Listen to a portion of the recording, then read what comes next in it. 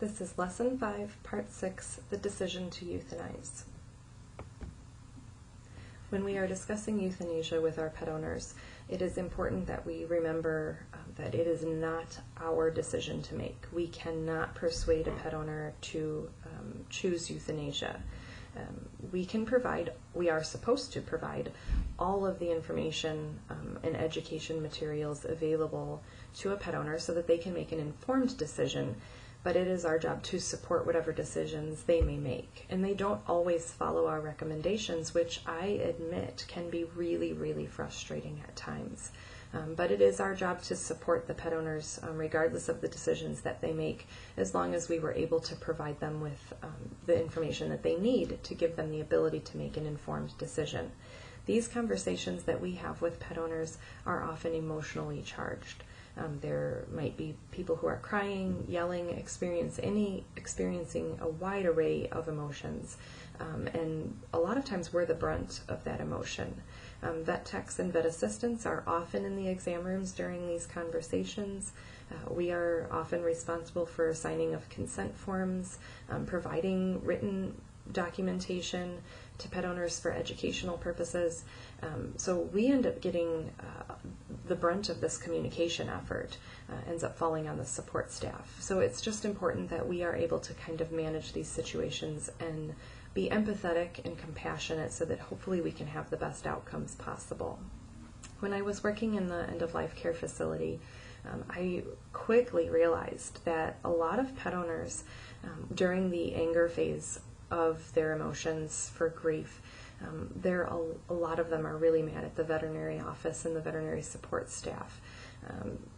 A lot of times it seemed like that was unfounded, that they didn't really have a valid reason to be mad at the vet's office, but they were. And I guess kind of the perspective that I take on it is that I would rather have pet owners be angry with me, because I don't want them going home and taking out their grief on their children or their husband or their wife, because that needs to be a healthy environment. We need to be able to provide them with the support to manage those emotions so that they can function in their family and be good models of grief for their children. So I don't mind taking the brunt of this emotion if I feel like it's going to help our pet owners in the long run. But I do want to alleviate those negative feelings in the hospital, and we can do that by making sure that our communication skills are exemplary and that we're being attentive to our pet owners' needs, we're providing active listening to our pet owners, and that we're being sympathetic, empathetic, and compassionate in the care that we're providing. When pet owners have the ability to plan ahead for a loss experience, the emotions tend to be a little bit more manageable in the hospital. In other words, people don't become as angry or upset outwardly towards the veterinary staff when they have the ability to plan for a loss. Not everybody follows that rule, but generally, if pet owners are able to be prepared for the loss, they handle the loss much better. So some of the things that we ask our pet owners when we start talking about terminal diagnosis, when we're working through that anticipatory grief phase, we try to encourage pet owners to kind of plan for how the pet's passing is going to happen. Does the pet owner want euthanasia, or would they prefer an at-home death?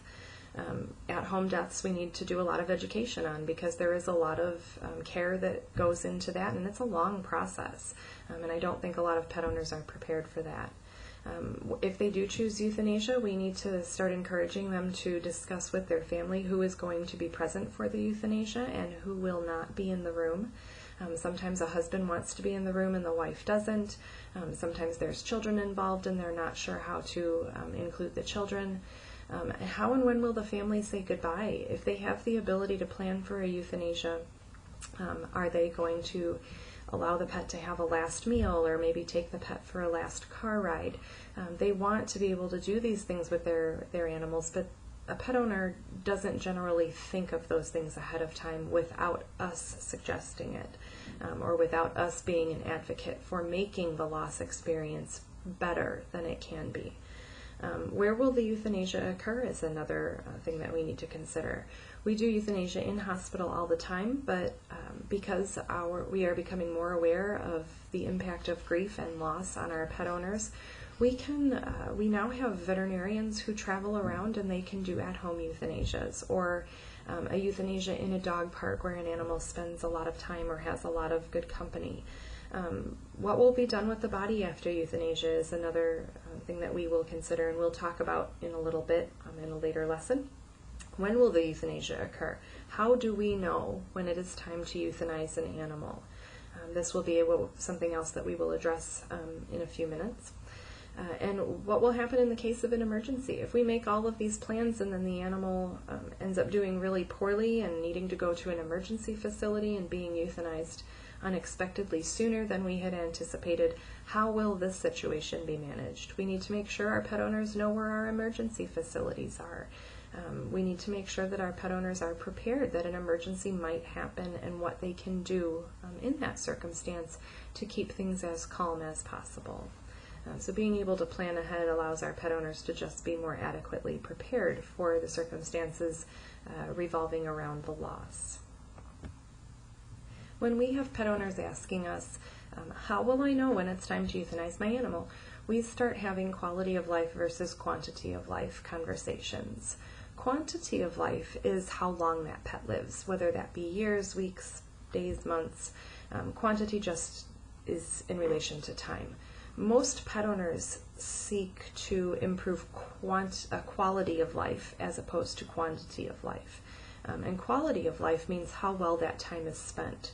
So we try to educate our pet owners that from the veterinary perspective, we prefer our animals to have 2 to 3 really good months where they're feeling okay, they're eating, they're staying nourished, they're able to move around and they're not urinating on themselves. They're still able to enjoy the company of their family. We would rather have them have a short period of good quality time as opposed to a long duration of malnourishment and pain and suffering, being urine soaked if they're unable to get up and move around, having lots of invasive medical procedures done. I don't want the end of my pet's life to be spent sitting in a hospital with strangers. I want them to be spending that time with me. So if I'm putting them through medical treatments and they're having to stay away from their family, they're in a cage, in a hospital, hooked up to an IV, unless that's a necessity for my pet's care, I would prefer that my pet is spending good quality time at home with my family, even if that means that the time is shortened. So we try to kind of enlighten our pet owners on that perspective as well, because our preference is that we have better quality as opposed to duration or quantity of time. Some pet owners still prefer to have longer quantity of life as opposed to quality of life. But again, that is personal preference, and we can provide the information, but it's the pet owner's ultimate decision.